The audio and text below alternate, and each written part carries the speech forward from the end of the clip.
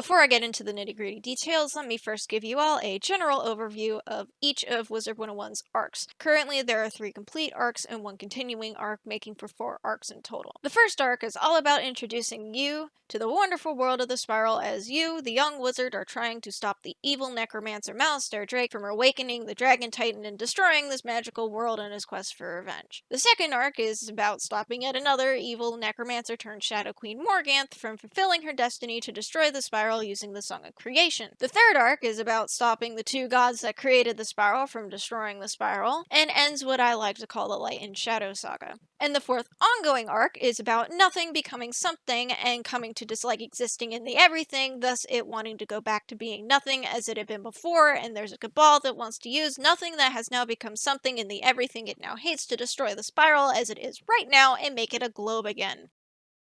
So, in the beginning, the Spiral used to be a globe, like Earth, created by Grandmother Raven and Grandfather Spider. At some point, their children, the Titans, began to fight one another, and the Spiral broke apart. In response to this, Raven took Spider's heart, and with the help of the first tree, Bartleby, wove the Spiral anew to create the world of floating islands as we know today. Flash forward to the events of the first arc. You, the player, are brought to the Spiral to learn about magic, but ends up on this epic adventure to stop the former Death Professor Malistaire Drake from awakening the slumbering Dragon Titan and potentially destroying all of the Spiral. As it turns out, his wife, the former Life Professor Sylvia Drake, died to some mysterious illness, which Malistaire blames Headmaster Merle Ambrose for, and left Wizard City to find a way to bring her back to life and avenge her at the same time. His hopes lie in the Croconomicon, a powerful book of life and death magic created by the Order of the Fang that lives on the world of Crocotopia. His goal is to obtain this book to awaken the sleeping Titan and force it to bring his wife back to the mortal realm. However, a wrench is thrown into his plans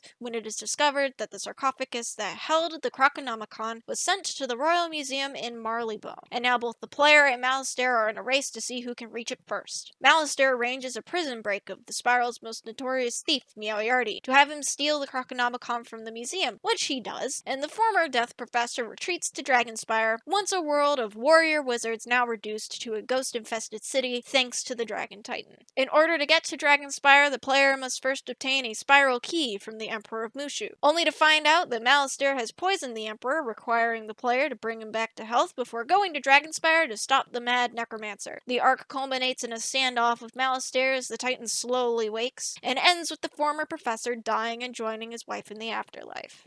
The second arc picks up not long after this tragic end. The player is sent to Celestia, where the Marleybone expedition is exploring old underwater ruins of the former Celestian Empire. It is here that the player can learn astral magic, and also where they encounter the Shadow Queen Morganth and the remnants of the army she once brought with her to this world. Morganth is on a quest to fulfill the prophecy given to her long ago. Sky and land once danced as one round the tree of magic's shade. 1,000 years, 1,000 more, memories of love and fury fade. Raven and Spider played across sky and battled throughout the land. Spider fell into the deepest hole, locked away by Raven's hand. Spider roared and thrashed against the heavens, and finally fell into a sleep.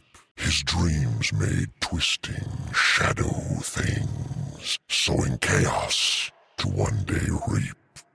The candle flickers across the night, a child sailing the shadow sea.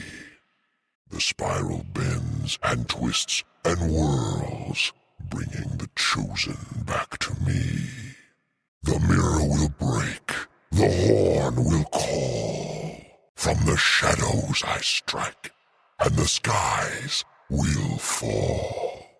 The shadow web hums and stretches beyond the stars, touching all the spiral with Spider's welcoming arms. But when she tried to learn astral magic but couldn't, and is upset that the player is able to learn it so easily, thus putting the two at odds. Next, a class of wizards go missing in Zafaria, and when the player goes to investigate, as it turns out, Morganth's army is there too. She's looking to gain access to Mirror Lake, where her deck of shadow is locked away. The player is unable to stop her from breaking the mirror, thus sending them on a quest to Avalon to obtain the Sword of Kings, the only weapon powerful enough to combat her deck. With the sword in hand, the player is sent to Azteca, a world once thought to be lost to the rest of the spiral until recently. A comet flies close to the world, dangerously close. Well, Morganth is there too, trying to bring it down on the dinosaurs. She has the Horn call open a portal for her, and now on the comet, she brings the sky down on the helpless world of Azteca, her plan nearly complete. With Aztecan spirits in hand, she retreats to Chrysalis, the center of her power, to learn the Song of Creation, where she will use it to unweave the spiral. The player finally reaches her palace to stop her, and she winds up falling through the floor instead.